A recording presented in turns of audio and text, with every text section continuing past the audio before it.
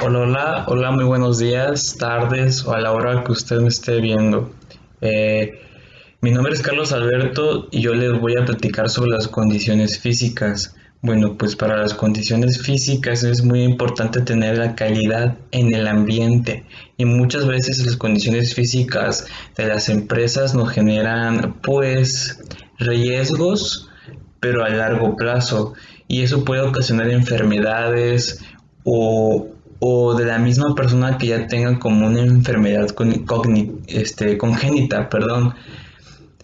¿A qué me refiero con congénito? Pues que con la persona, el operario es que ya nació con esa enfermedad. Por ejemplo, hay personas que ya son y nacieron con la presión alta o baja. Vaya, es un ejemplo, eso me refiero a congénito, que es como podría decirse hereditario, quizá en algunos casos.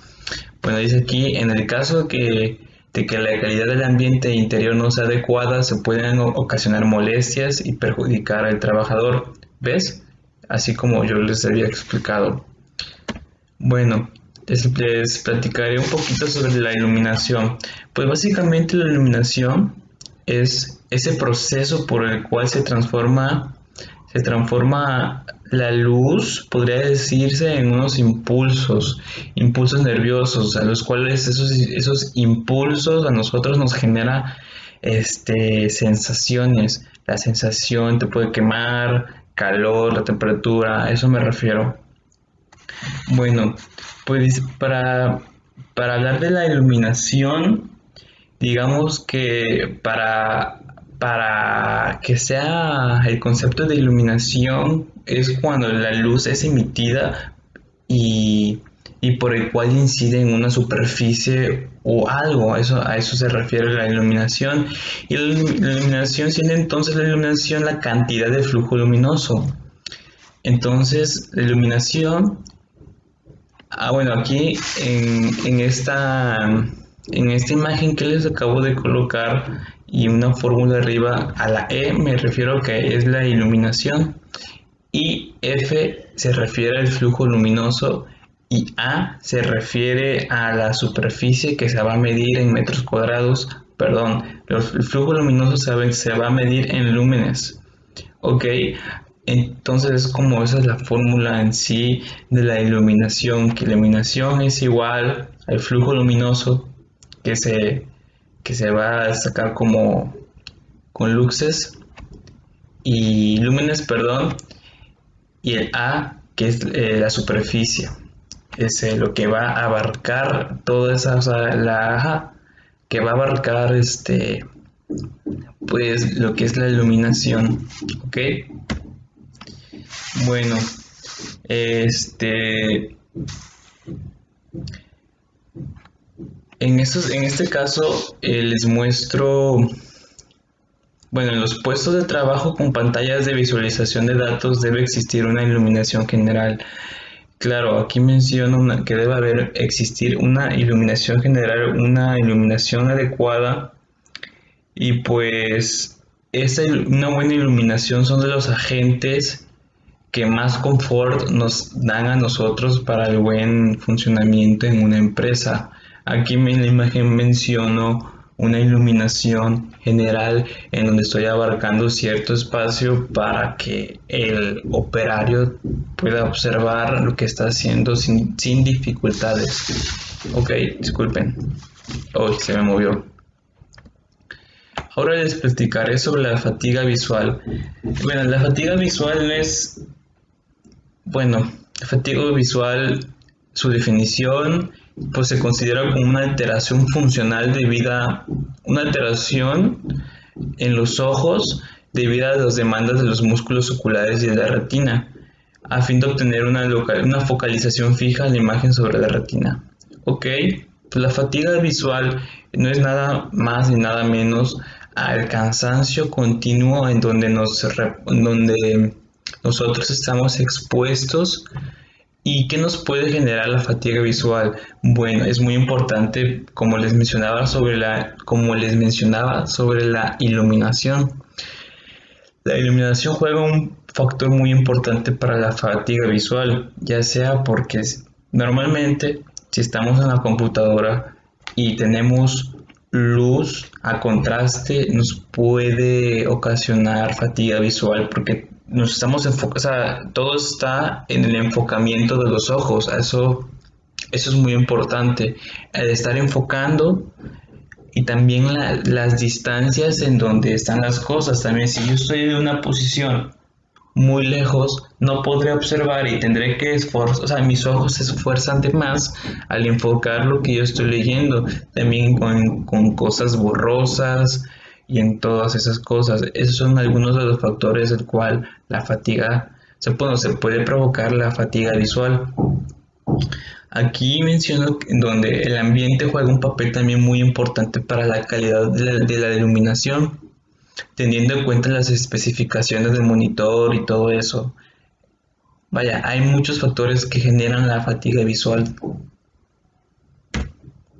Bueno, aquí algunos síntomas más, como les mencionaba, algunos factores que lo provocan. Estos son algunos síntomas el cual provoca la fatiga visual. Bueno, pues las molestias oculares, es donde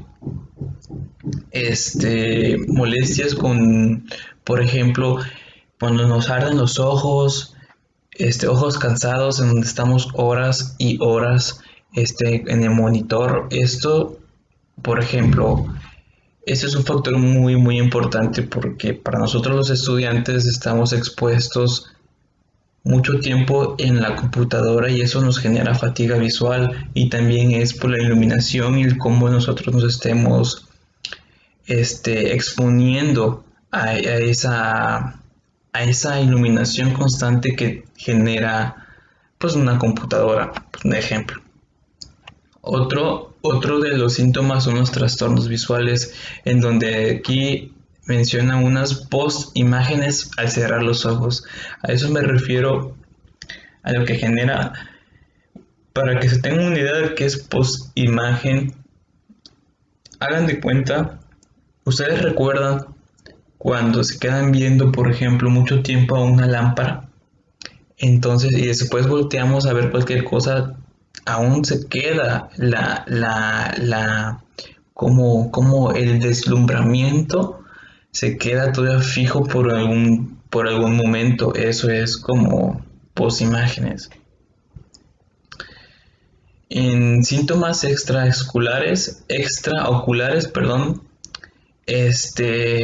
pues son síntomas en donde la fatiga visual ya no afecta tan solo en el área ocular, y también genera pues dolor de cabeza, como lo menciono ahí, y surgen pues casi siempre durante o al final de cierta actividad que nos estemos tratando continuamente, porque así se genera la fatiga visual.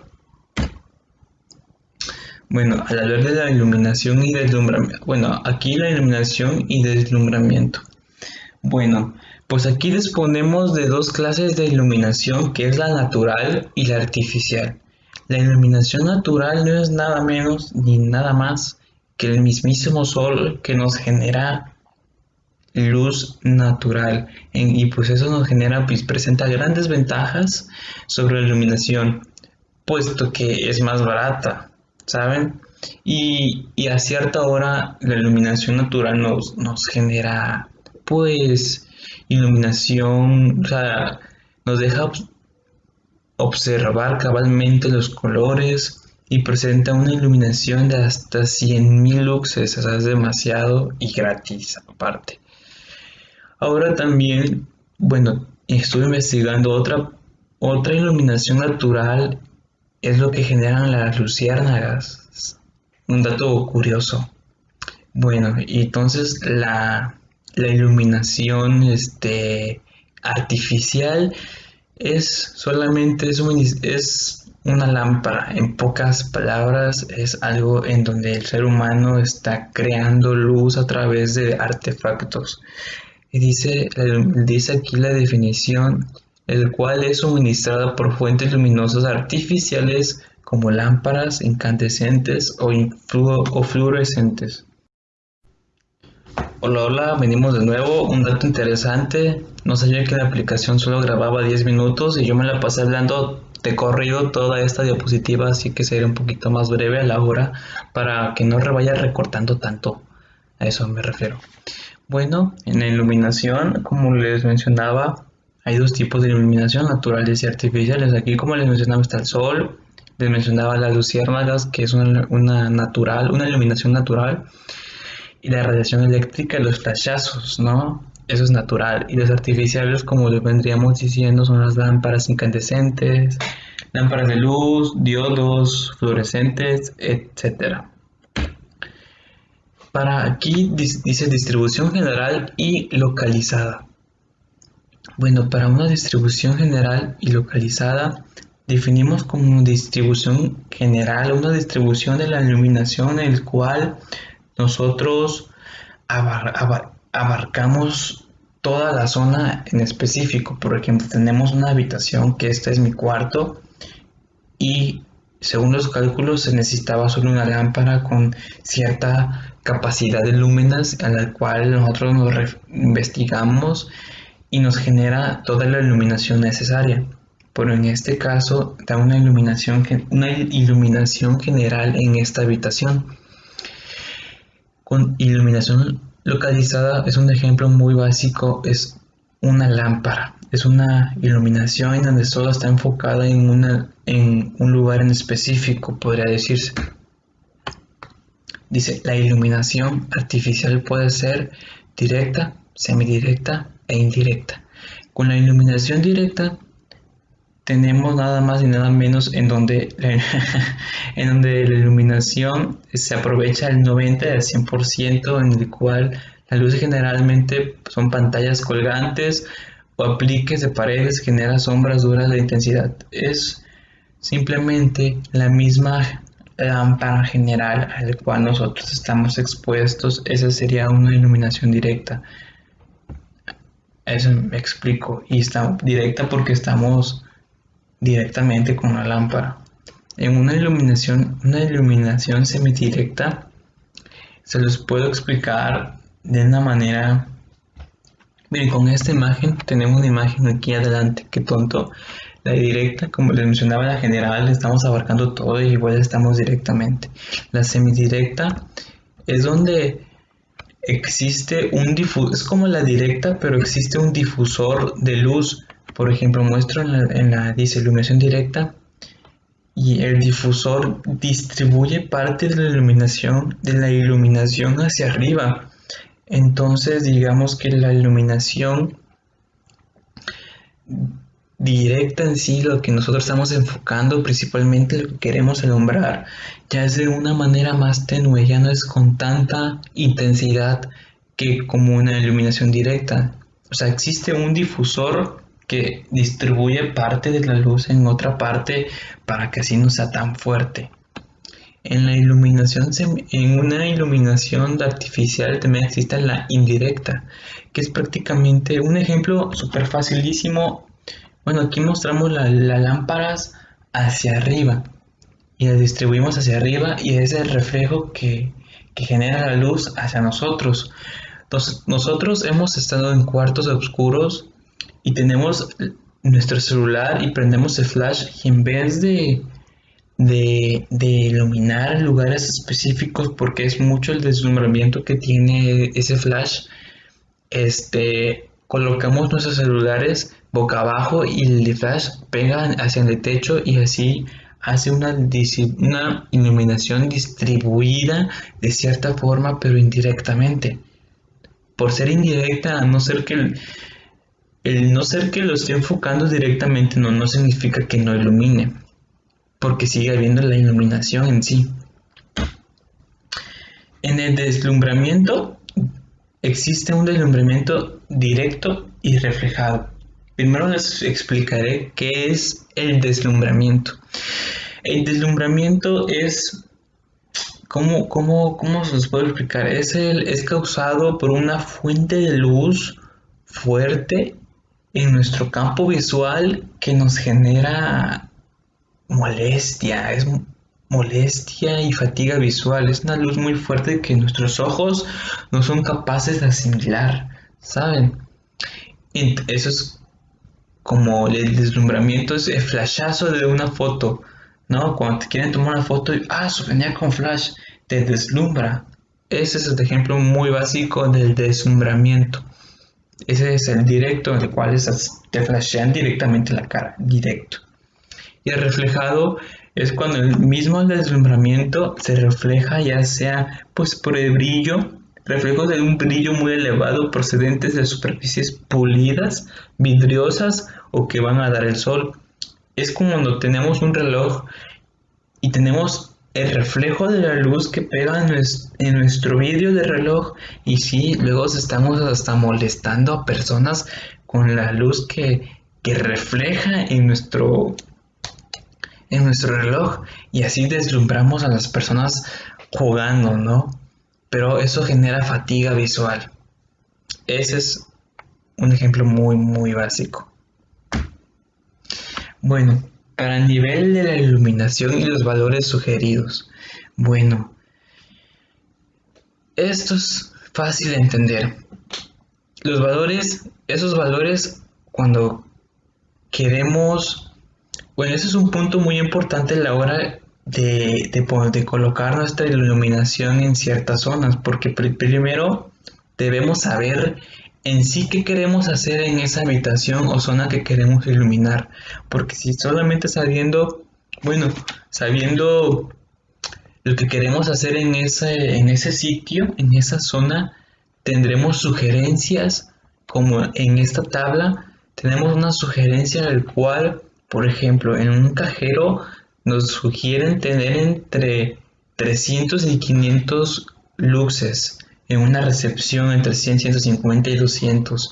Existen valores sugeridos a la hora de nosotros colocar la iluminación en lugares. Por eso es un factor muy, muy importante saber qué queremos hacer en ese sitio y los valores ya nos lo sugieren. Claramente, no podrían estar todos porque también no es, no sabemos lo que querrás hacer en esa habitación. Dice en la elección de fuentes de luz y de tipo de iluminación. Bueno, pondré pause al video para seguirle.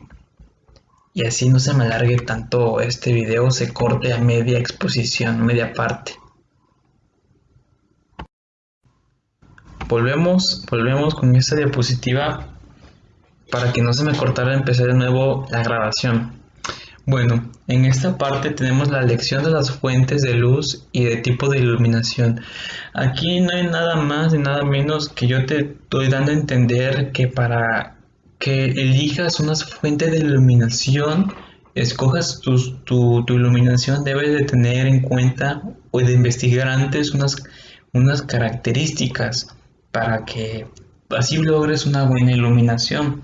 Por ejemplo, tienes que tener en cuenta las características de las lámparas empleadas, las características de las luminarias y las características del local y del entorno. Como les mencionaba anteriormente, es muy importante tener en cuenta esa característica del local el cual nosotros querramos hacer ahí. Y las características de las luminarias y de las lámparas. Prácticamente esa información, esas características se encuentran detrás de la caja en el cual nosotros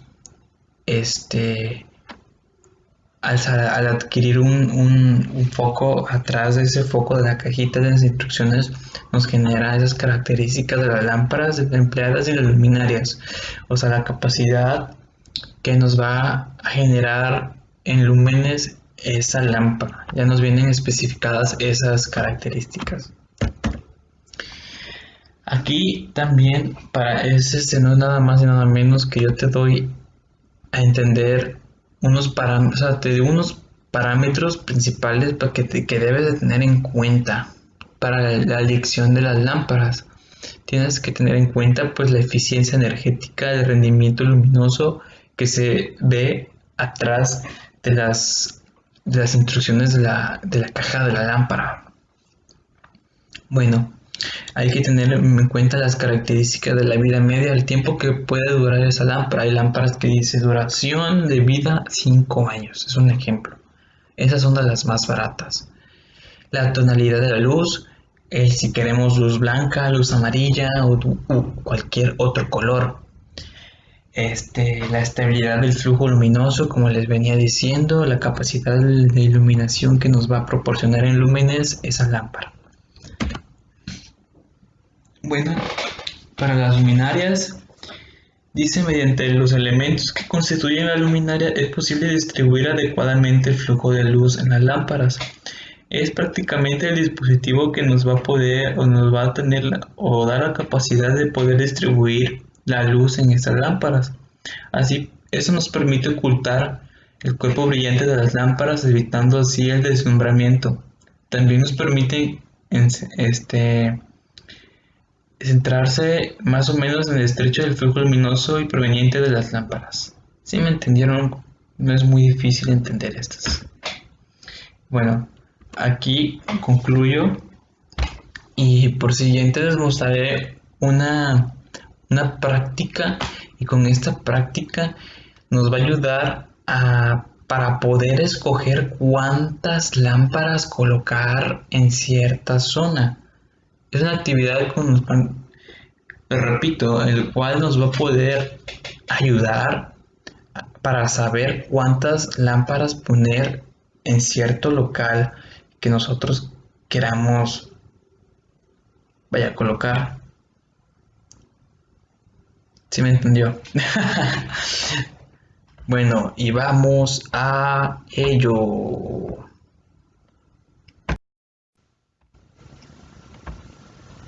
Hola, hola, volvemos con la práctica que les había mencionado. Bueno, este se llama método de los lúmenes. Bueno, con este método podremos obtener de manera fácil y práctica el nivel de iluminación media a la hora de la instalación de lámparas generales. Bueno, tenemos este problema. Dice, se debe iluminar un aula de dimensiones de 4 metros de ancho por 6 metros de largo por 2.6 metros de alto con luminarias tipo downlight con 2 lámparas fluorescentes. Los acabados de dicha aula son paredes de yeso blanco, suelo de terrazo gris oscuro y falso techo de placas de cartón yeso acústicas perforadas. Verán que el color de las paredes y quizás el techo influye mucho por cuestión de reflexión de la luz, o sea, de reflejo. Aquí a la derecha les muestro gráficamente cómo están las medidas. Podrán observar de rojo un H' con punto 85 metros. ¿A qué me refiero con esta medida, esta altura? Bueno, esa altura es la altura del local. Normalmente es una medida como norma, podría decirse. Normalmente es la medida que la mayoría de los lugares tienen como el grosor de la banqueta, podría decirse. Bueno, el siguiente paso es determinar el nivel de luminancia media que se ha de tener en aula. Bueno, como les venía mencionando con anterioridad, debemos de saber qué se va a hacer en esa área que se va a iluminar. Por lo tanto, estas ya es fácil porque ya vienen tabuladas. El nivel de iluminancia media ya viene tabuladas. Entonces tenemos esta tabulación en donde las aulas nos da referencia en que máximo debe de haber, bueno, nosotros queremos, y debido al problema que leímos, es un aula, queremos como un salón de clases, entonces nos tenemos la referencia de 300 luxes, es fácil. El siguiente paso es identificar qué tipo de lámpara vamos a utilizar.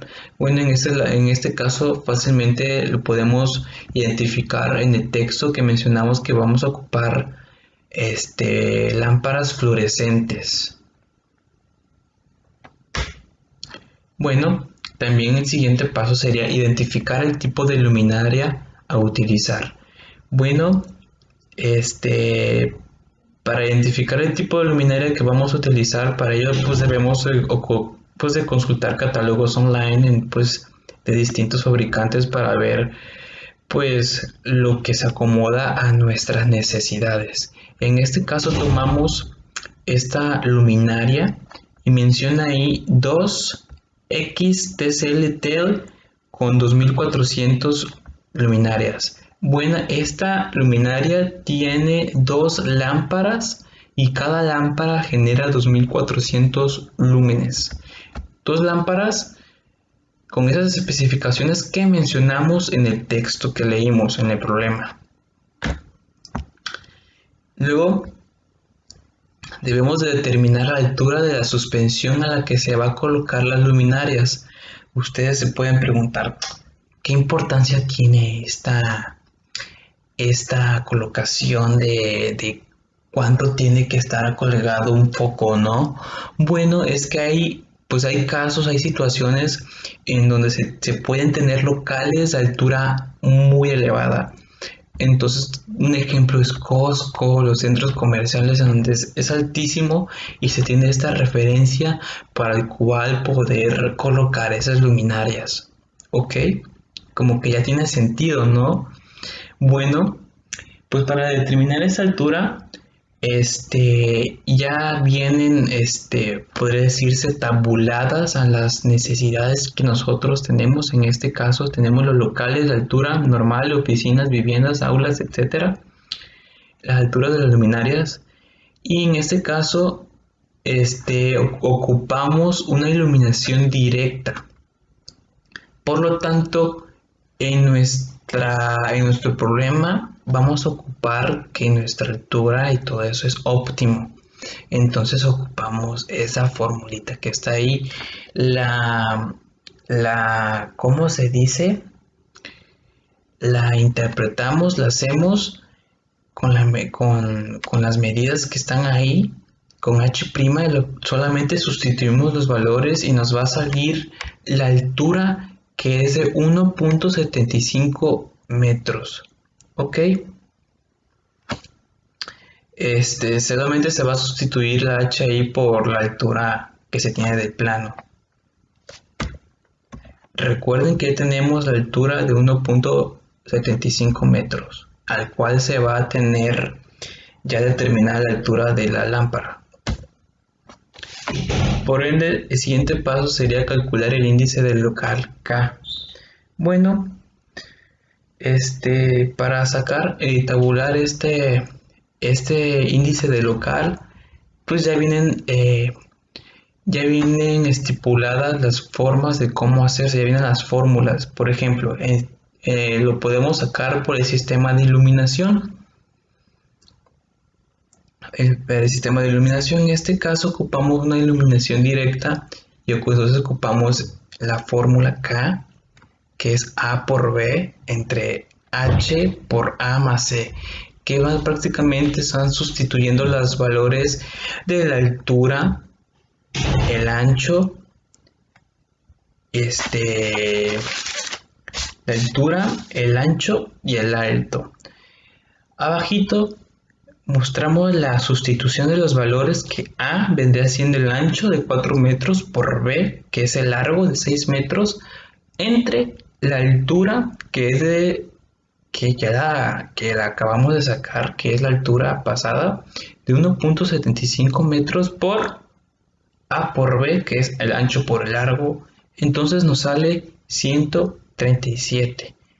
Este es el índice local. Ok, son datos que son necesarios para el siguiente paso. Bueno, el siguiente paso sería calcular los coeficientes de reflexión. Aquí es donde le venía comentando que es importante los colores de la pared y la pintura por la cuestión de la reflexión.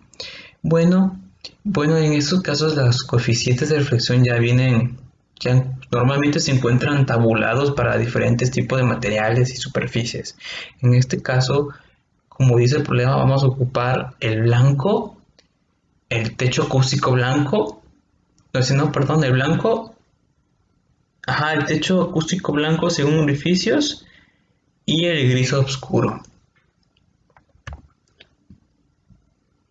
Bueno, de ahí se tiene que determinar el coeficiente de utilización. Bueno, el coeficiente de utilización, estos valores ya se encuentran tabulados y nos van a suministrar justamente el fabricante. Y pues no sabría de qué manera mostrárselas si fuese directo, pero en esta cuestión, como no es posible la lectura directa, así que tenemos que interpolar. Entonces interpolamos. Entonces tenemos los valores 100, 77, 116 y 91. Esos valores se van a sumar y se van a dividir por 4 por los valores que son. Y nos va a salir que es 96. Ok. Se suman, da 384 entre 4 por los valores que son es 96. Y hay que recordar que esos valores se muestran en porcentajes. Entonces el CU, el coeficiente de relación, se refiere a 0.96. Luego el siguiente paso para determinar el coeficiente de mantenimiento. El coeficiente de mantenimiento o conservación de instalación, esto ya viene tabulado. Es prácticamente pues dependerá de nosotros, ¿no? De qué tan limpio o que si lo queremos tener limpio tenemos que programar pues mantenimiento, ¿no? Entonces si pretendemos ese lugar limpio, entonces el coeficiente de mantenimiento, jeje, y volvemos, que la grabación solo dura 10 minutos. Entonces, aquí tenemos la determinación del coeficiente del mantenimiento o conservación de la instalación. Ese dependerá prácticamente de nosotros si queremos mantener el ambiente pues limpio con frecuencia. Y pues para mantenerlo limpio tenemos que determinar limpiezas periódicas, ¿no? Entonces, si lo mantenemos limpio, el coeficiente de mantenimiento CM es de 0.8. Entonces, en el aula se supone que el ambiente es limpio, por eso se toma 0.8. ¿Ok? Si lo mantenemos sucio, entonces sería 0.6, ¿no? Bueno, el siguiente paso sería cálculo de flujo luminoso total o sea, ya con todos los valores que hemos estado sacando, podremos ahora sacar el cálculo de flujo luminoso total necesario y para ello aplicamos esta fórmula. Nos dice esta fórmula que el flujo luminoso total es igual a EM, que es la luminancia media, que se va a multiplicar por S, que significa la superficie de plano de trabajo. Y esa superficie de plano de trabajo es en donde vamos a tomar el ancho y el largo. Entonces se va a dividir por CU, que CU pues es el coeficiente de utilización, que recuerden que no se sacó de manera directa y tuvimos que interpolar. ¿Ok? Entonces, y el CM pues es el coeficiente de mantenimiento que acabamos de sacar. Entonces, pues para sacar el cálculo luminoso total, hay que interpretar, hay que sustituir los valores. 300 es la iluminación media, que lo sacamos con las gráficas ya, con esas guías que ya están en internet y tomamos de referencia. Y les mencionaba que se va a multiplicar por la superficie, que es 4.4 por 6, o sea, el ancho por el largo, por 0.7, que es el coeficiente de utilización, que fue que nos salió, de 0.8 del mantenimiento. Entonces, sustituyendo esos valores, nos da que el cálculo del flujo luminoso total es de 9278.35 lúmenes necesarios. Ok. Luego dice que para determinar el siguiente paso, que para determinar el número de luminarias precisas para alcanzar el nivel de iluminación adecuado. Determinar el número de luminarias que se necesitan para esta zona. Bueno, pues el número de luminarias es igual al flujo luminoso total entre pues el número de luminarias, del número de lámparas, perdón, que se tiene por luminaria, que en este caso, como les había leído, son dos, les recuerdo que son dos, por el flujo luminoso de la lámpara. ¿Ok? El flujo luminoso son las especificaciones que ya nos vienen atrás de la lámpara a la hora de que buscamos en el catálogo y todo eso, ¿no? Entonces, les decía que el número de lámparas se va a dividir por el flujo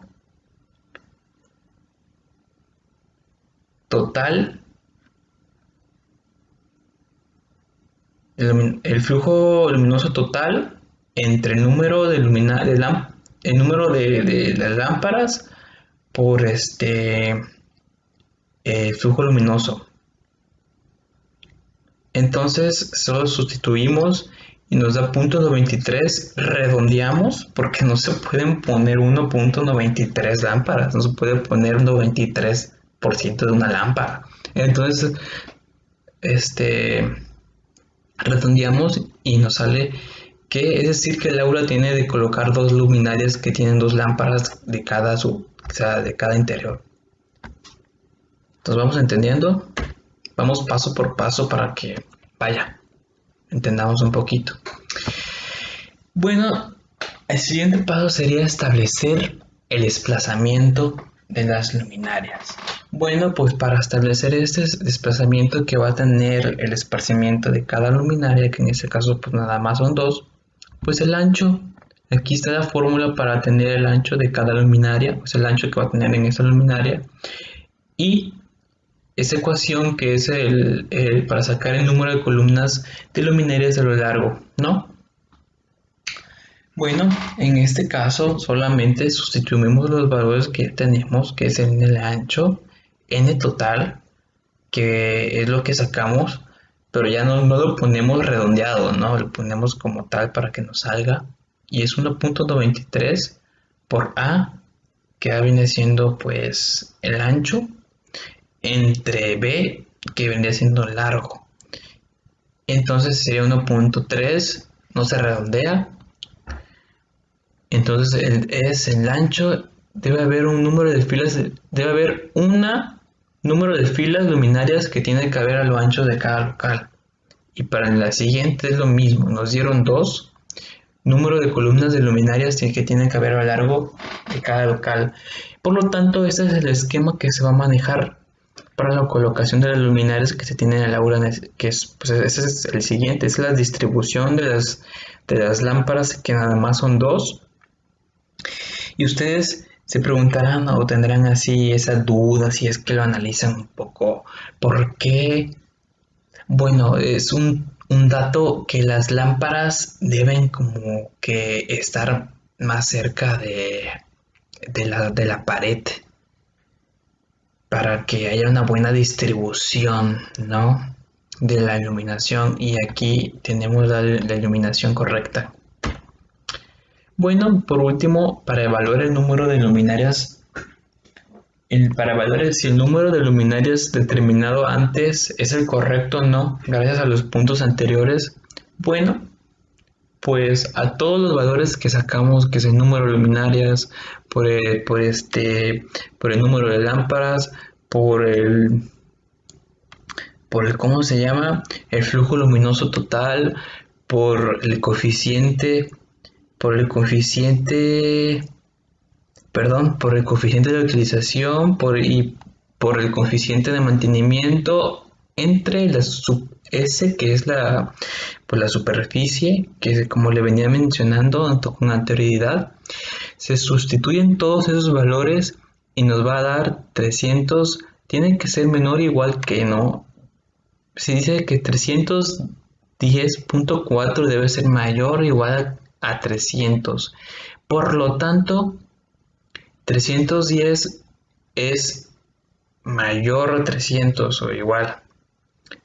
Es mayor, entonces sí cumple. Y de esta manera es como concluimos esta actividad. Hola, mi nombre es Felipe de Escuela Rosas y le hablaremos del tema de temperatura y ruido. Hablemos de la temperatura. Las temperaturas son las condiciones climáticas de una u otra forma que influyen en los lugares de trabajo con pantalla de visualización de datos y las actividades, por lo que se debe incluir el diseño de puestos de trabajo.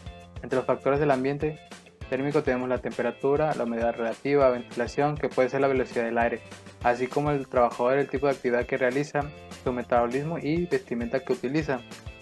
Hablemos de los ambientes. Son dos ambientes, los ambientes calurosos y los ambientes fríos. Los ambientes calurosos puede provocar, por ejemplo, un aumento del ritmo cardíaco, sudoración excesiva, aumento de la temperatura interior del cuerpo, fatiga, vértigos o náuseas. Ambientes fríos pueden provocar palidez debido a la falta de riegos sanguíneos en la piel, congestión nasal, goteo nasal, estornudos, dolor de garganta. De manera general, estos efectos van acompañados de una disminución de capacidades mentales y físicas, tales como la debilidad, somnolencia, letargo, dificultad para concentrarse, irritabilidad, ansiedad. Hablemos un poco del ruido. El ruido es uno de los sonidos no deseados que pueden llegar a ser perjudiciales para la persona. Existen diversos factores que pueden influir en la peligrosidad del ruido. Está la intensidad, que se mide por decibelios, la impulsividad, que son picos elevados de ruido, los cuales son muy perjudiciales. La frecuencia es la que determina el tono de los sonidos, la duración de exposición. Los ruidos no tienen que ser agudos ni intensos para resultar molestos o dañinos. Una exposición continua puede ser igualmente perjudicial. Vulnerabilidad individual. Existen clases de personas que son más susceptibles de sentir. Hablemos del efecto del ruido. Efectos sobre el ruido. El efecto más común del ruido es la pérdida de audición, conocida como hipoacusia, y depende del nivel de presión acústica y del tipo de exposición. Hablemos del efecto sobre el aparato circulatorio. Este efecto es el producido por un aumento de la presión arterial del ritmo cardíaco. Efectos sobre el aparato respiratorio. Otro de los posibles efectos del ruido es la disfonía, que puede llegar a aparecer a aquellos trabajadores que elevan el tono de su voz durante el transcurso de una comunicación verbal. Efectos psicológicos. El ruido puede igualmente afectar el orden psicológico, ya que genera la causa de molestias y desagrado, provocando modificaciones en el carácter o el comportamiento favoreciendo al estrés laboral. Reducción de ruido. Reducción de ruido de la fuente. Todo ruido tiene una fuente que lo genera, por localizarla y evaluarla de forma que puede controlarse en el primer paso. Una vez identificado, puede tomar acciones como reducir la amplitud de las vibraciones del foco original, ya sea a través de la disminución de impactos o impulsos, como el aislamiento de vibraciones con orden dinámico. También reducir la amplitud de las vibraciones de otro foco de vibración debido a las vibraciones originales por medio de la disipación de energía utilizando los materiales amortiguantes. Realizar cambios de procedimientos, de operaciones. Reducción de ruido en el medio que lo transmite. El medio por el cual el ruido es transmitido juega papel importante y puede concentrarse los esfuerzos en atenuar aquí el ruido. Por la deflexión del medio a través de la colocación de barreras efectivas que sea de mayor tamaño a la longitud de onda del ruido que se quiere desviar. Utilizar de encerramientos alrededor de la fuente sonora o del mismo receptor. Usar absorbentes acústicos que se puedan colocar en los techos, suelos y paredes para atenuar el sonido. Colocar filtros y silenciadores acústicos. También tenemos la reducción del ruido en el receptor. Cuando hay un receptor acerca de la fuente que lo produce el ruido, puede representar un problema para la persona, ya que la exposición prolonga a sonidos fuertes tiene un impacto en la salud auditiva, provocando incluso la pérdida del oído. Por ello es importante que los receptores no estén sometidos a ruidos altos. Utilizar equipo de protección auditiva y visual, brindar la capacidad a la persona sobre el efecto negativo de la exposición al ruido, tener un control de los tiempos de exposición para no poner en riesgo su salud. Y esto sería todo de mi parte. Es una pequeña información, espero les haya gustado. Nos vemos. Ok, la humedad. Nos dice que la humedad es el contenido de vapor de agua que contiene el aire. Un aspecto que influye en la sensación de confort térmico es la humedad relativa. ¿Pero qué es la humedad relativa? La humedad relativa es la relación entre la cantidad de vapor de agua que tiene una masa de aire y lo que podría tener, o lo máximo que podría tener. Una humedad relativa baja puede causar sequedad de la mucosa, irritaciones y picores. En cambio, si es excesiva, puede agravar la sensación de frío o calor. En el trabajo de oficinas, de acuerdo a los rangos de confort, se debe mantener una humedad relativa entre 45 y 65 grados, 65%. ¿Por qué? Hay muchos trabajos, por ejemplo, sobre todo en los lugares de procesos de fabricación, de piezas de autos o de herramientas donde hay elevadas temperaturas. Además de esto, si le sumamos eh, la humedad que puede ser, no sé, cuando se utiliza para enfriar el acero, utilizan a veces agua, utilizan otros métodos para enfriarlo rápidamente. Eso provoca vapor que provoca también el calor. Entonces hace que, aparte del calor que ya hace por las máquinas, además está que es por la humedad que produce el calor junto con el agua, que provoca esta sensación como de bochorno. ¿Y por qué no es bueno? Porque hace que los empleados trabajen de una forma menos eficiente, ya que padecen este calor, este sudor, e incluso los ojos, o puede meterse en tus ojos, o hacer que por estar sudando tengas, no sé, sudadas las manos y se te resbale el martillo, o se te resbale algo que tengas en la mano y estás trabajando con él en ese momento. Vamos a continuar con la ventilación. Ventilación. Se entiende por ventilación a la situación de una porción de aire que se considera no deseable, por otra que aporta una mejora en pureza, temperatura, humedad, etc. Un poco de lo anterior que vimos con humedad. Esto quiere decir que la ventilación va a ser la entrada de un aire puro, o sea, confortable, que no afecte el trabajo de los empleados, o sea, que sea una temperatura agradable, que permita una temperatura agradable, sacando la que no sirve, o sea, por ejemplo, la anterior que decíamos sobre el bochorno. Y para esto existen dos tipos de ventilación, la general y la localizada. En la general es es la que se practica en un recinto, renovando todo el volumen del aire del mismo con otro de procedencia exterior. Esto es como por ejemplo los filtros que utilizan luego para sacar el aire caliente del lugar y hacer que entre, o succionar el aire de afuera, que está un poco más agradable, o está a una temperatura más agradable para la persona. La localizada puede captar el aire contaminado en el mismo lugar de su producción, evitando que se extienda por el local. ¿Esto qué quiere decir? Que ponen algunas tuberías, algo así, para poder sacar el aire que ya no está óptimo, o tratar de que este aire no se esparza por todo el local. En la siguiente diapositiva tenemos la ventilación natural, que esta, como queda muy claro, lo puse una imagen, como nos había comentado el maestro. El ejemplo de la misma ventana nos decía que aquí vemos que hay dos ventanas frente a frente, a la misma altura, del mismo tamaño, que permite el aire fluido. En cambio, del lado derecho, donde dice que está mal, solamente hay una ventana. Entonces, por ejemplo, en el bien va a entrar el aire y va a salir el aire. O sea, no se va a quedar ahí el aire caliente que esté adentro, ni el que está entrando, sino que va a haber un flujo de aire simultáneamente a cada rato.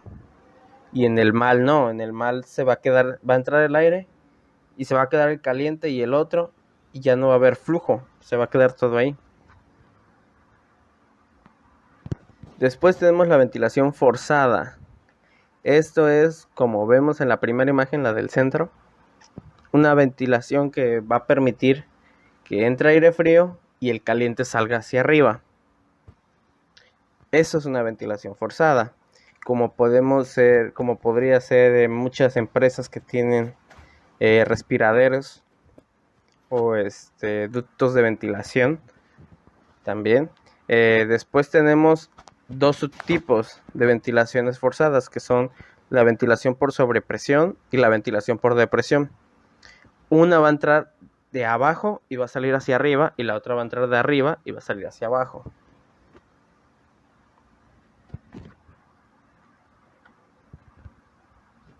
Después estamos en la ventilación de simple flujo.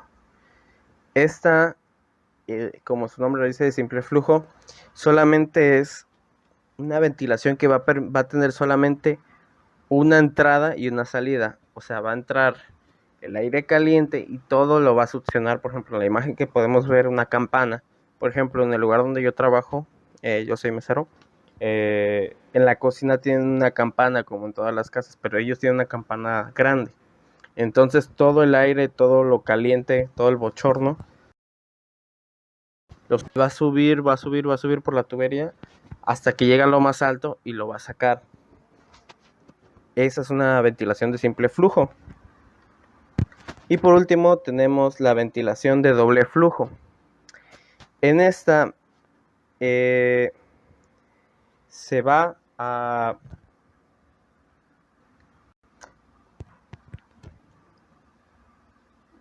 bueno, y como les comentaba, el último es el de doble flujo. Este va a consistir en un sistema de ventilación en el que se introduce aire en cada espacio del edificio o vivienda. Se extrae el aire viciado gracias a un sistema de conductos regulados. O sea que va a entrar aire en un sistema de ventilación. O sea, por ejemplo, en la imagen podemos ver unas tuberías azules. En esa se va a meter todo el aire a la vivienda, y en el otro, el rojo, se va a sacar todo el aire viciado, o sea, el aire contaminado, el aire caliente, etcétera, a través de tuberías de tuberías o conductos que están completamente regulados. Y eso sería el sistema de doble flujo. Sería la entrada de aire que sea confortable y la salida del aire que ya no lo es. Es una ventilación que abarca toda la casa. Y eso sería todo de mi parte. Mi nombre es Luis Manuel Trujillo García. Buenas tardes, mi nombre es Ederiván Olvera Corso y les vengo a platicar el 2.6, que es vibración. Las vibraciones. La vibración se define como el movimiento oscilante que hace que una partícula alrededor de un punto fijo. Este movimiento puede ser regular en dirección, con frecuencia o intensidad, o alternatorio más que nada, que es lo normal. La importancia de una vibración desde un punto de vista ergonómico está dada por dos magnitudes, la intensidad y la frecuencia. Cualquier estructura física, incluidas las partes del cuerpo humano, pueden ampliar con la intensidad de una vibración que reciba de otro cuerpo. Esto ocurre más o menos cuando la vibración incluida se da en ciertas frecuencias con características de la estructura receptora, que es como una frecuencia resonancia. Disculpen.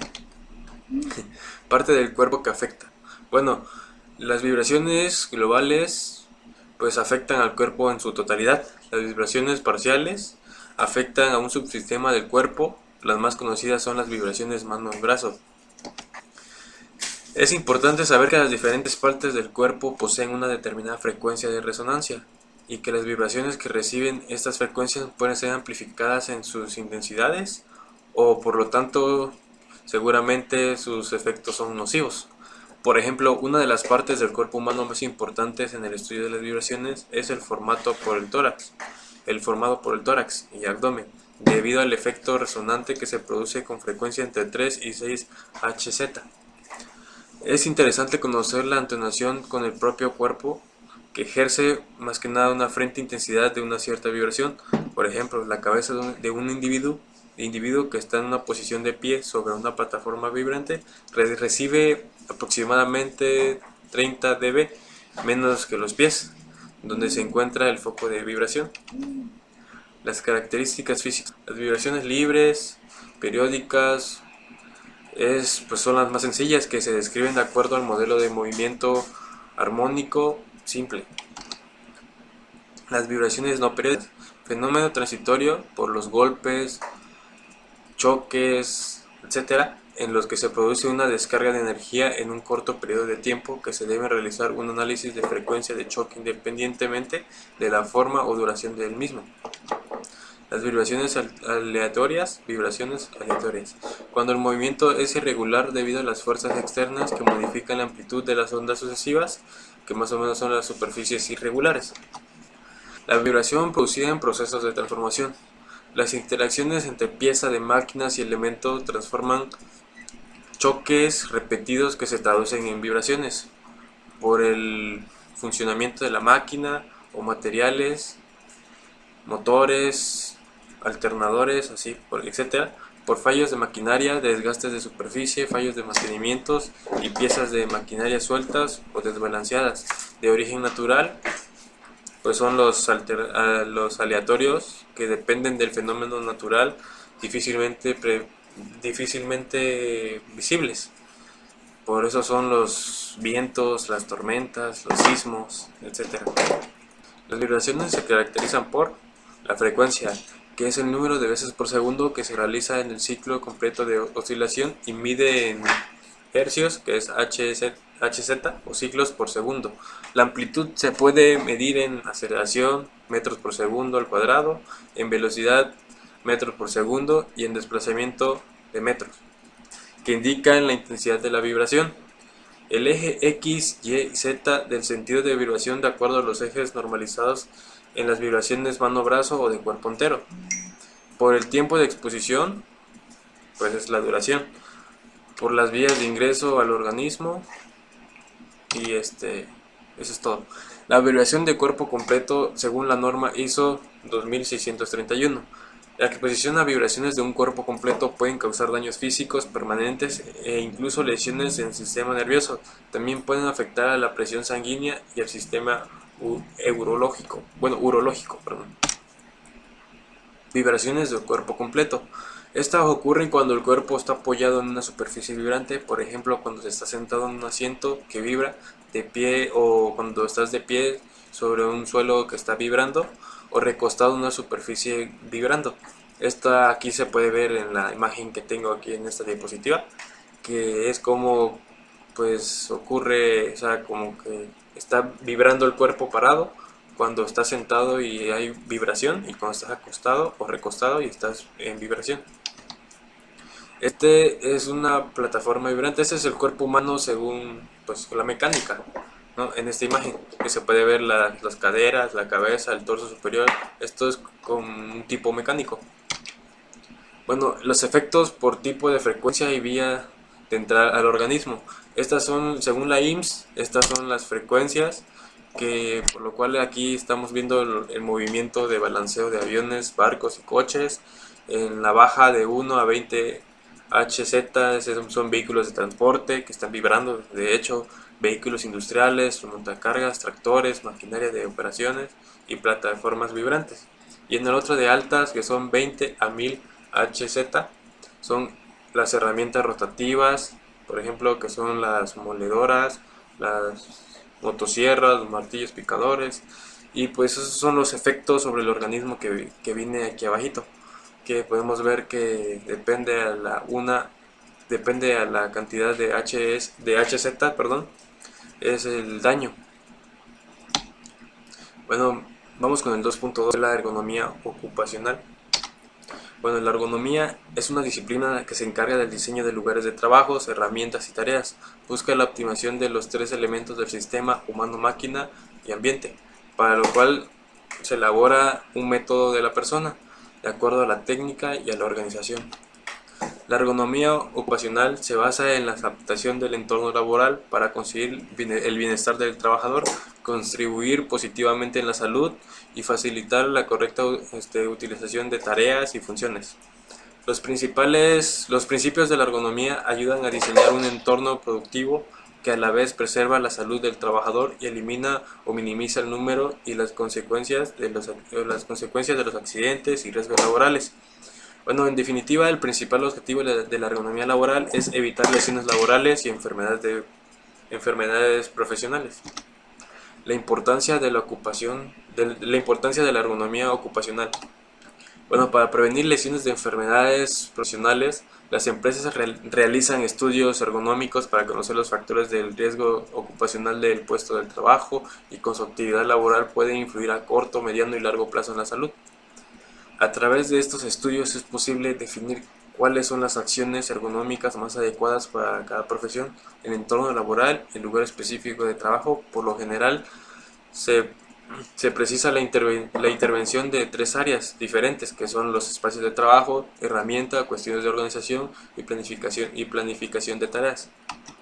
Los principios esenciales de la ergonomía ocupacional y que permite el diseño de lugares de trabajos pensado a la comodidad de los trabajadores y la prevención de enfermedades laborales. Estas son, pues, mantener todo al alcance, utilizar la altura del codo como preferencia, la forma de agarre reduce el esfuerzo, claro, busca la posición correcta de cada labor, reduce las peticiones excesivas, minimiza la fatiga, o sea, no te cansas mucho, minimiza la presión directa, ajusta el cambio de postura, pues disponga espacios y accesos, mantenga un ambiente confortable, resalte con claridad para mejorar la compresión y mejorar la organización del trabajo. Poner los remedios necesarios para mejorar el bienestar y la salud de los trabajadores es siempre una inversión rentable para la empresa, puesto que es una forma más efectiva de aumentar la satisfacción y motivación de los trabajadores, lo que abunda en una mayor productividad y rentabilidad de resultados de la organización.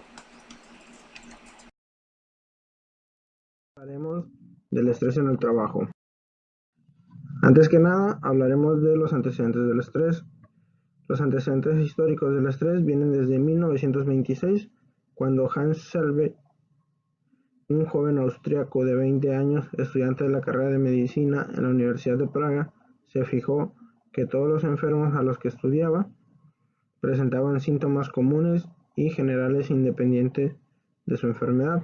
Posteriormente, al salir médico y especializado en química orgánica, realizó un postdoctorado en Montreal, Canadá, donde lleva a cabo varios experimentos basados en el ejercicio extenuante con ratas de laboratorio que comprobaron la elevación de hormonas suprarrenales como la adrenalina y la noradrenalina, causando alteraciones orgánicas a las que luego llamó el estrés biológico. Selye descubrió con el tiempo de que no solamente los agentes físicos nocivos causan estrés, sino también las demandas sociales a las que el hombre tiene que adaptarse, por lo que comenzó a considerar el estrés como un fenómeno sobre todo psicosocial, aunque sean activado muchas veces por causas orgánicas. Tenemos el concepto del estrés y del estrés laboral. El estrés, Selye lo definió ante la Organización Mundial de la Salud como la respuesta general del organismo ante cualquier estímulo estresor o situación estresante. El estrés laboral, el concepto de estrés laboral es definido como la respuesta fisiológica, psicológica y de comportamiento de un individuo que intenta adaptarse y ajustarse a presiones internas o externas. Tenemos la fisiología del estrés. El estrés se identifica mediante tres fases. La reacción de alarma, que es cuando el organismo se defiende de un estímulo estresante mediante la alteración a nivel del sistema nervioso, con las típicas manifestaciones de sequedad en la boca, pupila dilatada, sudoración, tensión muscular, taquicardias, aumento de frecuencia respiratoria, el aumento de la tensión arterial y el aumento de la síntesis de glucosa. Tenemos el estado de resistencia, que es cuando el organismo no ha tenido tiempo suficiente para enfrentarse a la amenaza de agentes lesivos físicos, químicos, biológicos o sociales y tiende a proseguir su adaptación de manera progresiva. Y la última, que es la fase de agotamiento, que siendo que la energía de adaptación es limitada, cuando la situación de estrés persiste o adquiere más intensidad, se puede llegar a sobrepasar la capacidad de resistencia.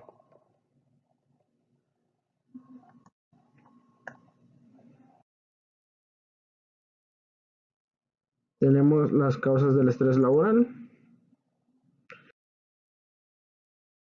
Aquí tenemos los estresores, que el estrés es causado por situaciones estresoras. Un estresor o una situación estresante es cualquier estímulo o situación que provoca una respuesta de estrés en el profesional. Los estresores psicosociales son situaciones personales y específicas que causan estrés a una persona por el significado que tiene a él. Y los estresores biogénicos son situaciones que generalmente producen o disparan la respuesta de estrés por una sola presencia.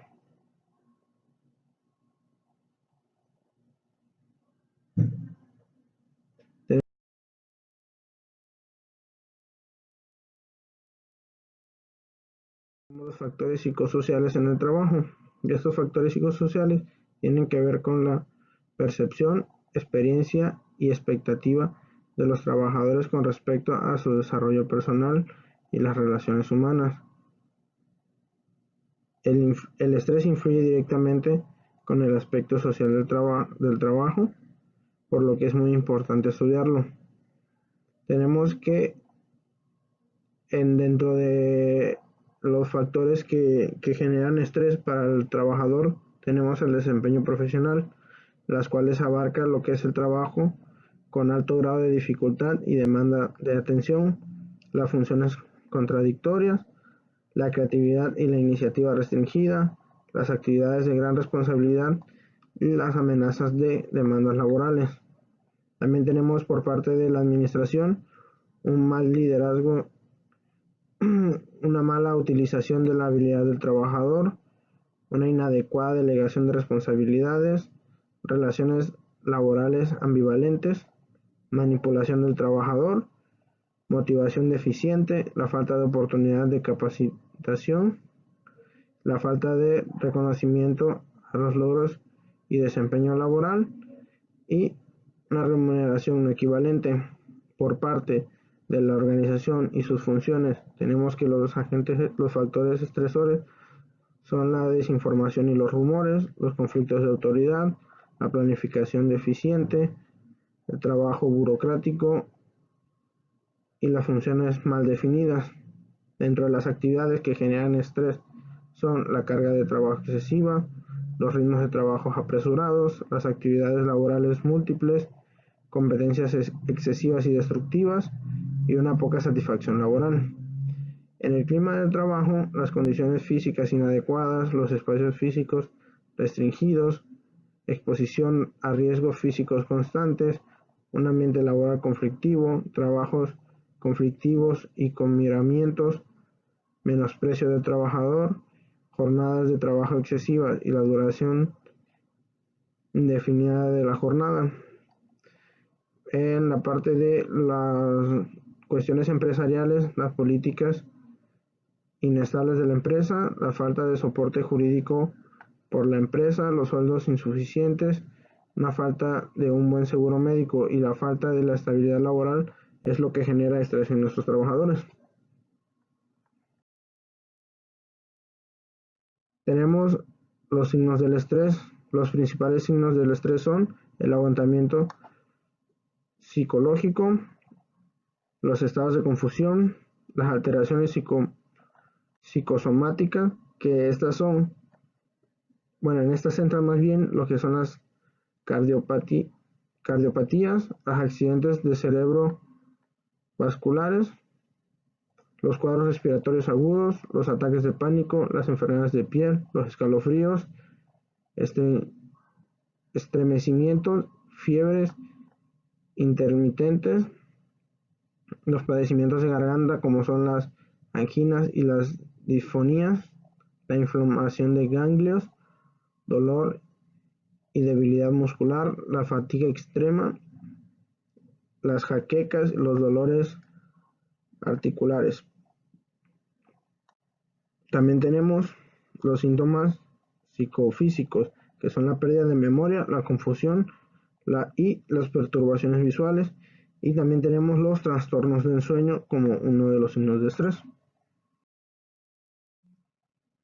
Ahora tenemos las consecuencias del estrés. El estrés laboral produce una serie de consecuencias y efectos negativos, dentro de las cuales tenemos las consecuencias a nivel fisiológico, donde entran las taquicardias, el aumento de la tensión arterial, la sudoración, el aumento de la tensión muscular, el aumento de la leucemia en la sangre, el aumento del metabolismo basal, el aumento del colesterol, la inhibición del sistema inmunológico, la sensación de nudos en la garganta, la dilatación de pupilas, las enfermedades de la piel y la caída del cabello. Tenemos también las consecuencias a nivel cognitivo, las cuales se presentan como las sensaciones de preocupación, indecisión, el bajo nivel de concentración, la desorientación, el mal humor, la hipersensibilidad a la crítica y el sentimiento de falta de control. Y por último, las consecuencias a nivel psicomotor del sistema motor, que son hablar rápido, los temblores, el tartamudeo, la voz entrecortada, la impresión, las expresiones emocionales, el consumo de drogas legales como el tabaco y alcohol, el exceso de apetito, la falta de apetito, las conductas impulsivas, las risas nerviosas y los bostezos excesivos. También tenemos trastornos sexuales, la ansiedad, fobias, insomnio y trastornos alimenticios.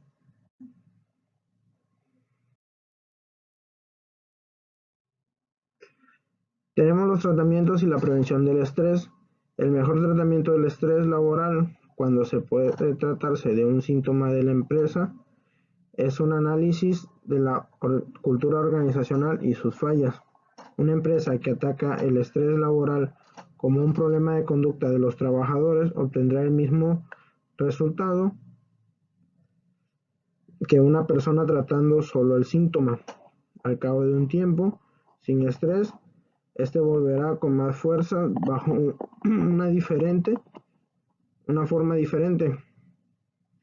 Se pueden mencionar varias estrategias para tratar el estrés, pero nosotros mencionaremos dos, que son la atención individual del problema, que se encarguen de difundir la información en cuanto al estrés, sus causas y la forma de controlarlo a través de la educación para la salud de los trabajadores, para ayudarlos a desarrollar habilidades personales que les permitan reducir el problema, como solución de conflictos, conducta asertiva, manejo de tiempo y en general desarrollo de mejores relaciones humanas. Y tenemos las medidas organizacionales, que estas reducen al máximo las situaciones generadoras de estresantes dentro de la empresa, mejoran la estructura de la organización,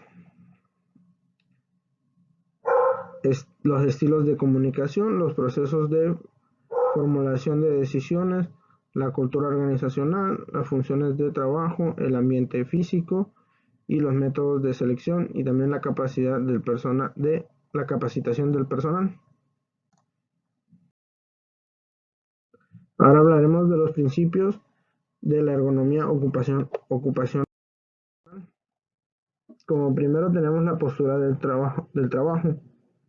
Los problemas de tipo musculoesqueléticos asociados al trabajo de oficina, particularmente en las tareas informáticas, se deben principalmente a los factores que se detallan a continuación: una movilidad restringida asociada al trabajo sedentario, malas posturas asociado a la forma de sentarse, la posición del cuello, la posición de brazos y las muñecas mientras se teclea.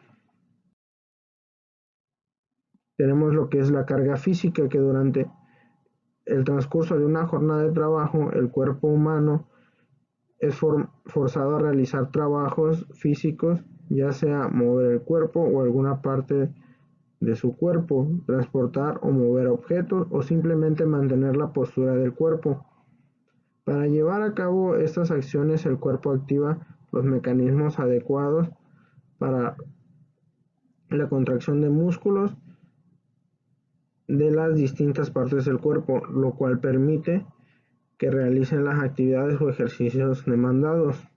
Estos mecanismos tienen lugar en muy diversos organismos, como son el sistema nervioso, los pulmones, el corazón, los vasos sanguíneos y los músculos. La respuesta que se produce en el organismo se denomina carga física de trabajo, por lo cual será específica para cada trabajador y dependerá de la capacidad física de cada persona.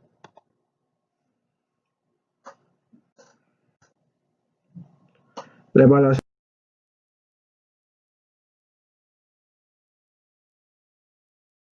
del trabajo dinámico. En caso de las actividades mayormente dinámicas, los métodos más adecuados son aquellos que estiman la energía consumida durante la actividad. Dicha estimación se realiza a partir de la medición de parámetros fisiológicos como el oxígeno o la frecuencia. Durante el transcurso de una actividad dinámica, la frecuencia cardíaca aumenta una vez que iniciamos el ejercicio, estableciéndose pasando unos segundos y manteniéndose relativamente constante hasta la finalidad de la actividad, punto en el que se comienza a descender hasta alcanzar de nuevo los niveles que se tenía cuando el cuerpo estaba en reposo. Lo que se hace en ese tipo de evaluaciones es medir la frecuencia cardíaca del trabajador antes de iniciar una actividad y ver cuál es su frecuencia cardíaca terminando la actividad. Así se puede ver cuál fue la evolución de su frecuencia cardíaca. Ahora hablaremos de la evaluación del trabajo estático. En los casos en los que las actividades es mayormente estática o afecta a poca masa muscular, la evaluación de la carga física es mucho más compleja, no existiendo por lo tanto un único método válido para todas las situaciones posibles, siendo necesario emplear distintos métodos complementarios entre sí.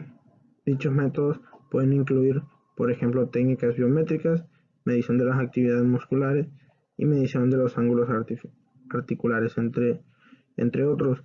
Cuando las actividades no son de tanto desgaste físico, sino son trabajos más como de oficina, lo que se hace es que se buscan distintos métodos de evaluación y se juntan entre sí, se complementan unos entre otros.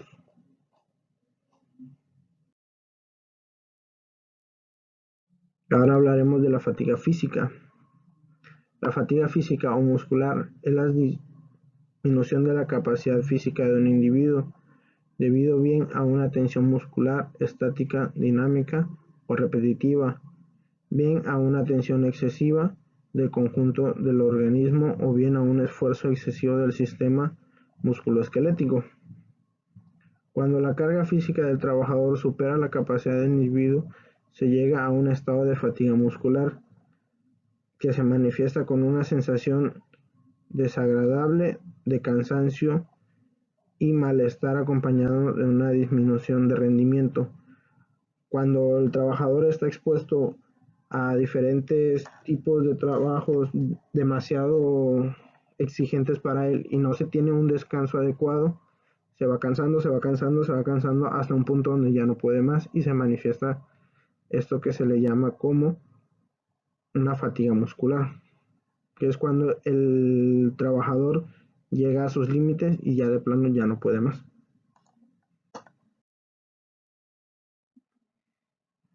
La fatiga muscular, por lo tanto, es la disminución de la capacidad física del individuo después de haber realizado un trabajo durante un tiempo determinado.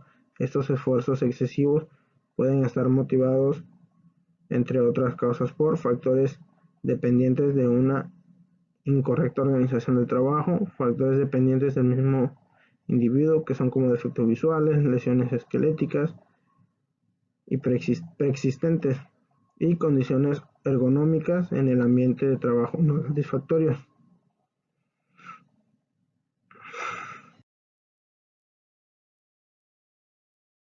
Tenemos los síntomas de la fatiga física, que son alergias cervicales, tirantes de nuca, doralgia y lumbalgias. Tenemos ahora lo que son las posturas forzadas. Son de pie, entendiendo por posturas forzadas las posiciones del trabajo que suponen una o varias regiones anatómicas dejan de estar en una posición natural de confort para pasar a una posición forzada que genera la consecuencia una producción de lesiones por sobrecarga. Al principio suelen ser manifestadas como ligeras molestias y llegan a convertirse en lesiones crónicas. El trabajador de pie ocasiona una sobrecarga en los músculos de la pierna, los hombros y la espalda. A veces tienen efectos negativos en la salud del trabajador, como pueden ser dificultad en la circulación de piernas, posible aparición de varices, fatiga de los músculos, comprensión de las estructuras óseas, sobre todo en la zona lumbar, y los dolores de espalda. Cuando una persona está parada demasiado tiempo de pie, suele tener sensaciones de hormigueo en los pies o hormigueo en las piernas, que es donde se empiezan a desarrollar estas consecuencias de una mala postura. Por eso, cuando está mucho tiempo de pie, se busca que tenga apoyo o que esté moviendo o descansar los pies también. Ahora, de pie sentado. Es recomendable seguir las siguientes pautas para facilitar el trabajo y así evitar las medidas de lo posible la aparición de sobrecargas. Si un trabajador debe realizarse de pie, el trabajador debe hacer uso de un asiento o taburete para que pueda sentarse a intervalos periódicos. Se debe trabajar con los brazos a lo largo del cuerpo sin tener que encorvarse ni girar la espalda excesivamente. Si se va a estar de pie o caminando durante un tiempo excesivo, es aconsejable evitar zapatos de tacón alto, así como zapatos completamente planos. De adecuado uso de un tacón entre 1.5 a 3 centímetros.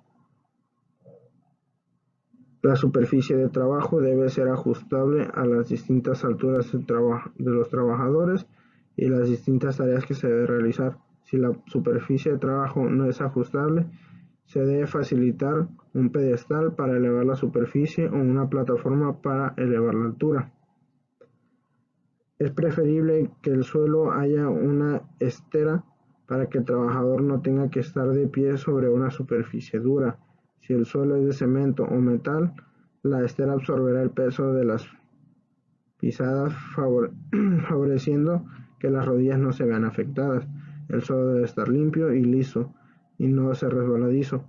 Debe de haber un espacio suficiente en el suelo para las rodillas a fin de que el trabajador pueda cambiar de postura mientras trabaja.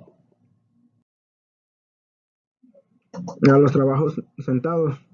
El trabajo sentado, aunque a simple vista es más cómodo que el trabajo de pie, puede provocar también en el trabajador apariciones de trastornos musculoesqueléticos, como la patología vertebral, la fatiga muscular y la carga estática, y trastornos circulatorios, como puede ser las varices por una falta de riego sanguíneo en las piernas, así como la lipotrofia semicircular, que se manifiesta por la pérdida de tejido graso bajo la piel en forma de semicírculos, sobre todo en las caras internas de los músculos de la pierna y los glúteos.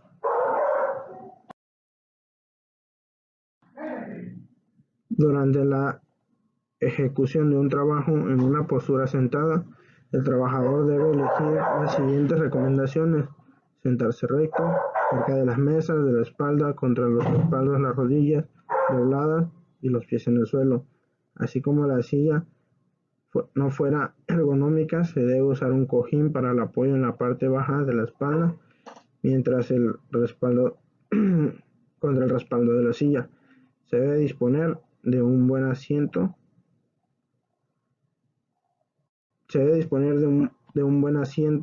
De trabajo que permita al trabajador mover las piernas y cambiar de la postura con facilidad. Se debe cambiar de postura periódicamente o bien realizar descansos en los que los trabajadores puedan realizar estiramientos o dar ligeros pasos andando. El mobiliario debe de estar correctamente dispuesto de manera que el trabajador pueda poder llegar a todo lo que necesite sin alargar excesivamente los brazos ni girarse innecesariamente. Siempre que sea posible, se debe alternar las tareas laborales de forma que el trabajador no tenga que hacer únicamente trabajos sentados.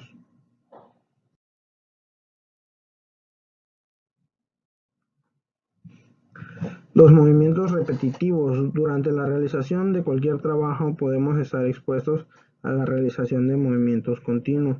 Implican la acción conjunta de los músculos, huesos, articulaciones y nervios de una parte del cuerpo, provocando en una misma zona fatiga muscular, sobrecarga y dolor por último lesión. Los ciclos de los trabajos cortos y repetitivos de menos de 30 segundos, acompañados de un ritmo de trabajo elevado, son uno de los principales problemas a la hora de las lesiones musculoesqueléticas, manifestándose especialmente las lesiones en brazos, muñeca, espalda y miembros superiores. Ahora, para intentar paliar los efectos adversos de los movimientos repetitivos, se debe seguir los siguientes consejos. Se debe añadir el puesto de trabajo de tal forma que se realice el trabajo con comodidad y sin necesidad de realizar sobreesfuerzos. Antes de comenzar las tareas, se debe ajustar la superficie de trabajo de forma que se eleve el plano de trabajo convenientemente. Las tareas deben de realizarse evitando las posturas incómodas del cuerpo y mantener las manos alineadas con el antebrazo y la espalda recta en los hombros en posición de reposo. Es conveniente utilizar herramientas manuales de diseño ergonómico que permitan que la muñeca permanezca recta con el antebrazo, reducir las fuerzas que se emplea con ciertas tareas, mediante el empleo de herramientas adecuadas para cada tipo de trabajo y conservarlas en buenas condiciones y sin desperfectos. Evitar tareas repetitivas, programas cíclicos y trabajos superiores a 30 segundos. Del mismo modo, se debe evitar que se repita el máximo movimiento durante más del 50% de la duración del ciclo de trabajo. Tenemos las recomendaciones sobre la manipulación y manual de carga.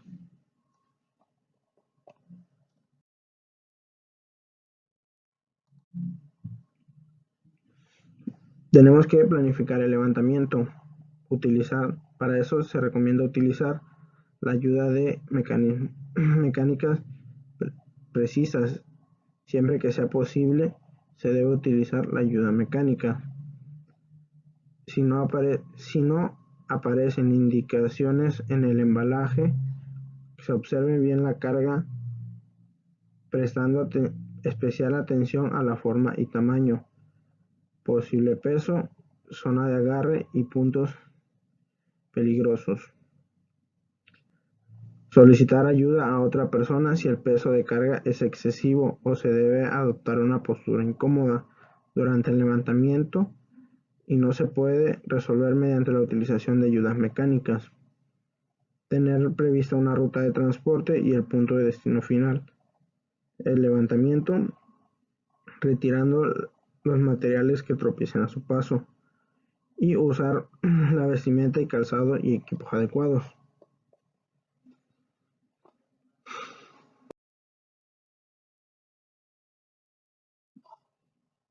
Ahora, ¿cómo colocar los pies? Se deben separar los pies para proporcionar una postura estable y equilibrada para el levantamiento y colocar un pie más adelante de otro con la dirección del movimiento.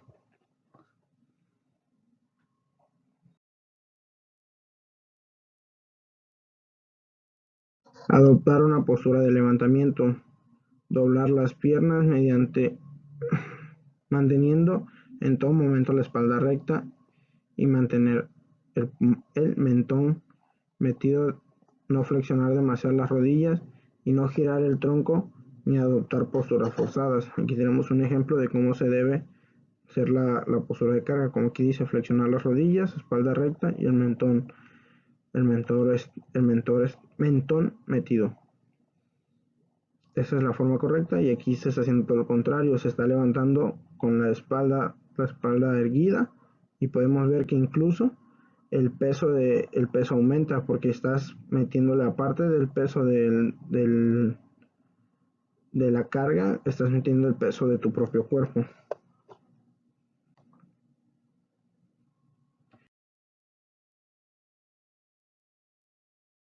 Tener un agarre firme, sujetar firmemente la carga, empleando ambas manos y pegarlas al cuerpo.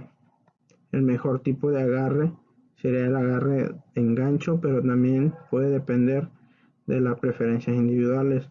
Lo importante es que sea seguro. Cuando sea necesario cambiar de agarre, hacerlo suavemente y no apoyar la carga,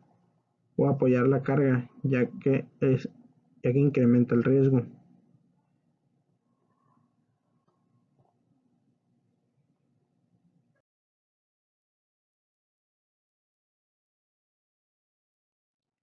Tenemos las recomendaciones sobre la carga, de la manipulación de la carga. Levantar suavemente por extensión de las piernas, manteniendo la espalda derecha. No dar tirones a la carga ni moverla de forma rápida o brusca. Evitar giros, procura no efectuar ningún giro. Es preferible mover los pies para colocar la posición adecuada. Y cargar pegado al cuerpo, mantener la carga pegada al cuerpo durante todo el levantamiento. Para depositar la carga, se recomienda que si el levantamiento es desde el suelo hasta una altura importante, por ejemplo a la altura de los hombros o más, apoyar la carga en medio del camino para poder cambiar el agarre. Depositar la carga y después ajustarla si es necesario, y de ahí realizar levantamientos especiados. Ahora, los trastornos musculoesqueléticos o TME. Por trastornos musculoesqueléticos se entiende los problemas de salud del aparato locomotor, es decir, de músculos, tendones, esqueleto óseo, cartílagos, ligamentos y nervios, por lo que esto abarca todo tipo de dolencias, desde las molestias leves y pasajeras hasta lesiones irreversibles y discapacitantes. Los trastornos musculoesqueléticos se encuentran hoy en día en casi todos los ámbitos laborales. Aunque pueden afectar en cualquier zona del cuerpo, se localizan principalmente en los codos, hombros, manos, muñecas y espalda por zona. Aquí tenemos una foto de cómo, de las diferentes partes donde más se encuentran este tipo de lesiones o trastornos.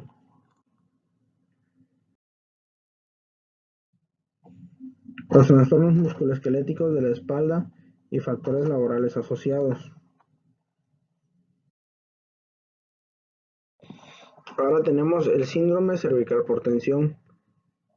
Está producido por una contractura muscular en la región cervical posterior. Puede afectar un solo músculo o un grupo de músculos. La estructura provoca que se compriman pequeños vasos sanguíneos, dificultando la irradiación del músculo. Los músculos más comunes afectados por esta contractura son los músculos del trapecio y el elevador de la escápula. Las principales formas de prevenir el síndrome es evitar las tareas que obliguen al trabajador por encima del nivel de los hombros, o la cabeza, así como evitar las posiciones de trabajo en las que se flexionan de manera forzada el cuello o hombros.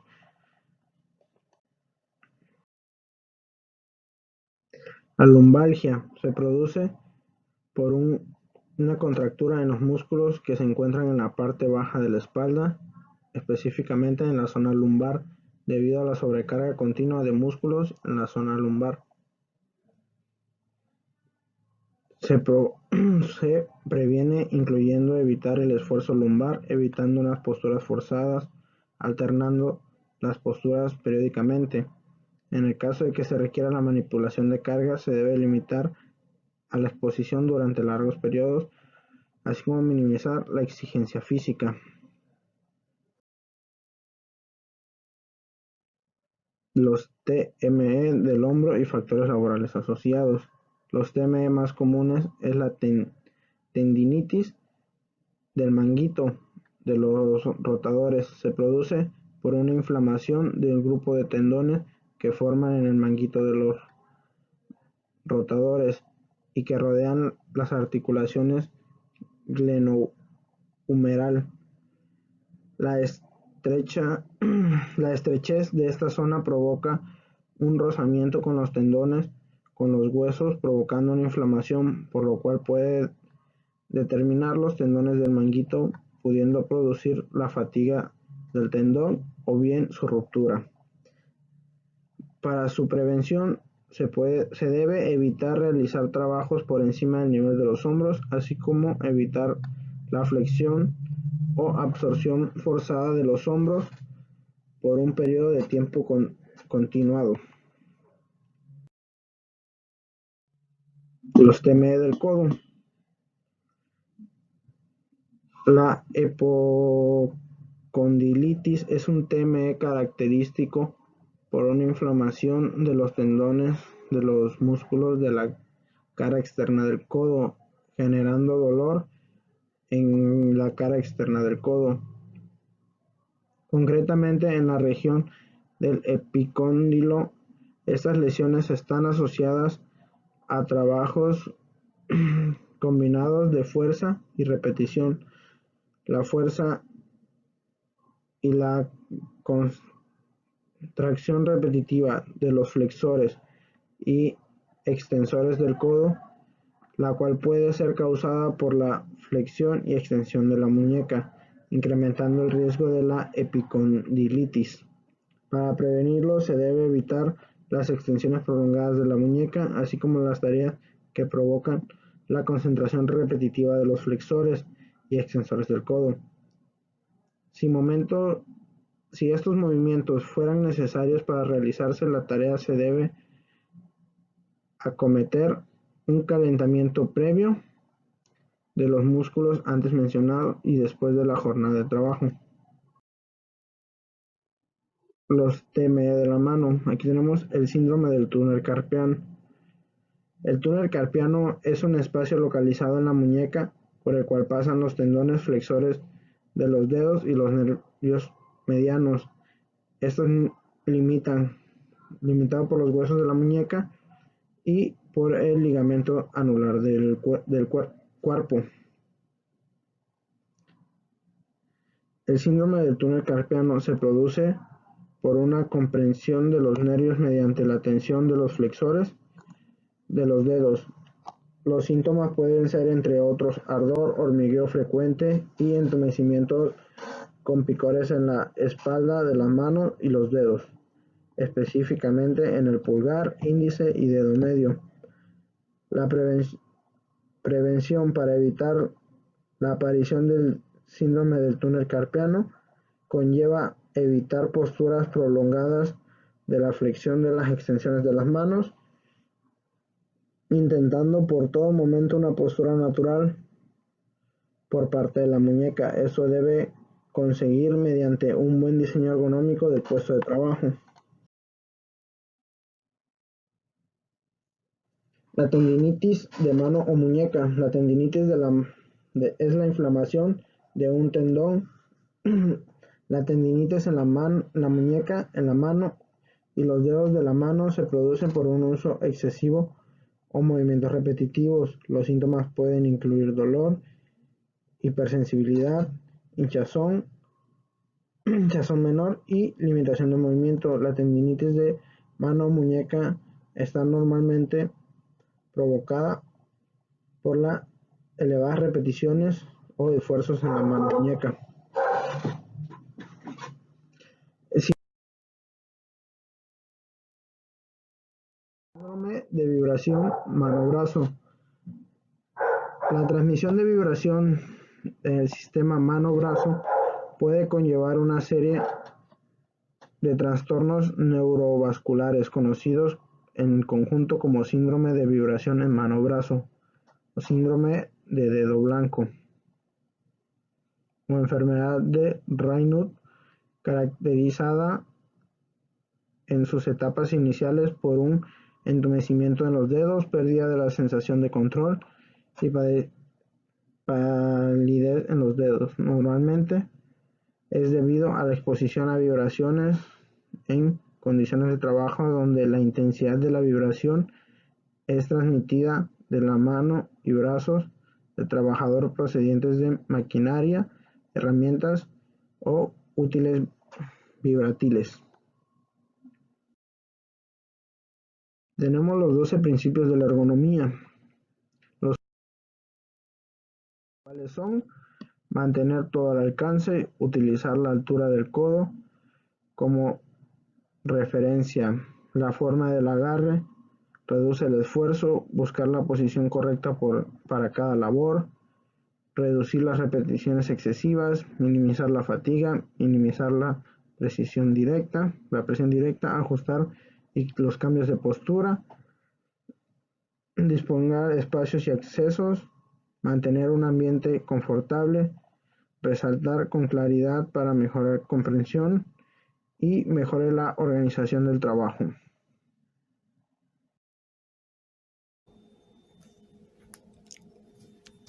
Buenas noches, compañeros, maestro, cualquiera que vea este video. Hoy les voy a hablar sobre contaminantes químicos y biológicos. En este tema principalmente vamos a hablar sobre los agentes químicos y biológicos. Principalmente, bueno, antes que nada hablaremos sobre los contaminantes químicos, que nos dicen que son aquellas sustancias orgánicas o inorgánicas carentes de vida propia que en el medio laboral pueden ser absorbidas por el organismo y causar daños. Bueno, como nos había comentado el maestro en clases pasadas, esto quiere decir que hay trabajos en los que, aunque haya alguna prevención o algún equipo, siempre va a haber la probabilidad de que se nos pegue a algún líquido, algún gas, etcétera, que lo aspiremos, que lo toquemos o de alguna forma a largo plazo, tal vez no directamente, pero sí de forma indirecta, nos puede afectar más tarde, como podría ser la radiación, que luego puede también causar cáncer. Eso es un ejemplo. Estos se van a clasificar en gases, líquidos, vapores y aerosoles líquidos y sólidos. Este tipo de agentes pueden afectar la salud.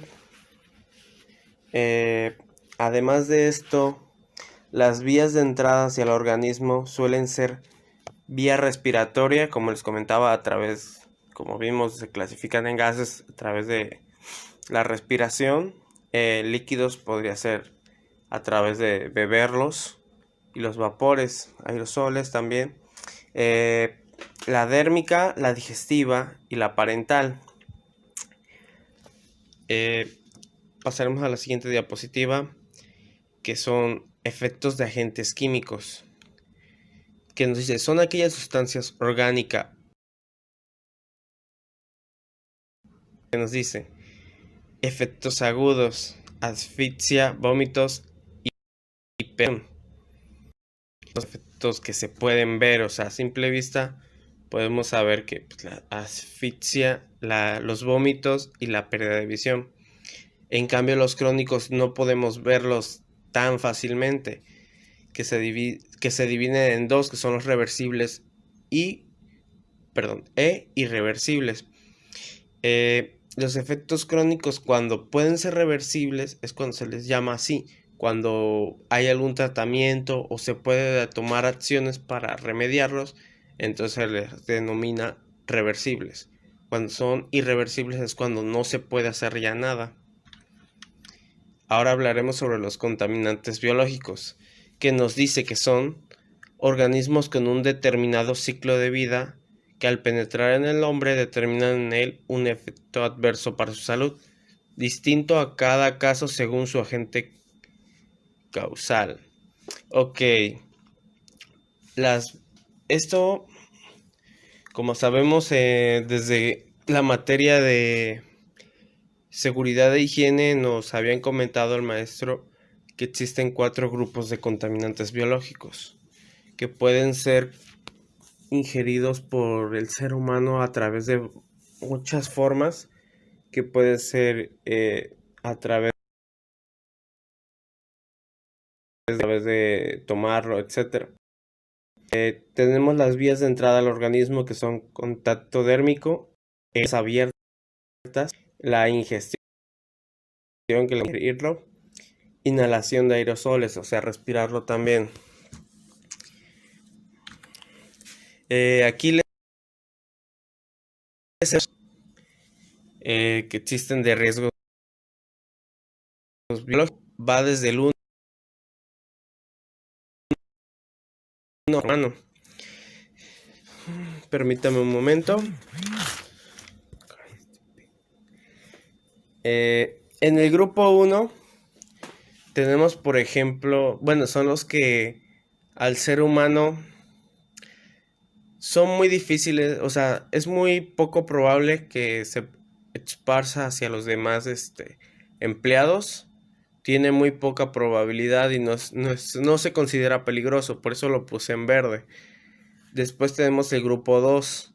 En el grupo 2 ya se considera un poco peligroso y también hay una pequeña probabilidad de que se esparza por los demás empleados. Para este ejemplo tenemos la gripa, o sea, sí se puede contagiar a través, por ejemplo, si hay un empleado que tiene gripa y anda estornudando por acá, por allá, y se limpia con la mano y después toca algo y luego llega otro empleado y lo toca, ya empieza a ser como una cadenita donde se van contagiando uno por uno. Después tenemos el grupo 3. En el grupo 3 ya es muy probable que se contagien. Además de que también es muy probable que las personas o los empleados todos se contagien, o sea, ya hay una gran probabilidad. Por eso lo puse en café. Y en el grupo 4 ya es cuando en el grupo 3 tenemos como ejemplo la hepatitis B. Y en el grupo 4 ya es cuando es muy grave la enfermedad, o sea, y es muy probable de que, o sea, ya es prácticamente seguro de que se te van a contagiar todos los empleados o todas las personas que estén en ese alrededor. Además de que es muy grave la enfermedad. Como ejemplo tenemos el ébola.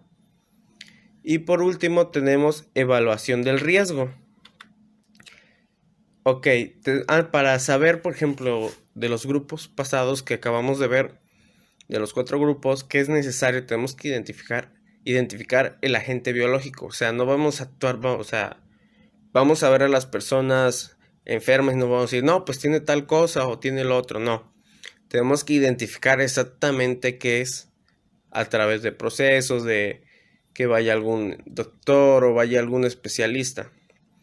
Además de eso, tenemos que medir el contaminante, tenemos que medir hasta dónde llega o hasta dónde es capaz de llegar. Para medir el contaminante se divide en 2 partes, que sería la captación de la muestra, o sea, tomar la muestra del contaminante, y el análisis de la muestra, que sería llegar a una conclusión de qué tan peligroso es. Y eso sería todo de mi parte y de mi equipo. Muchas gracias por ver el video. Hasta luego.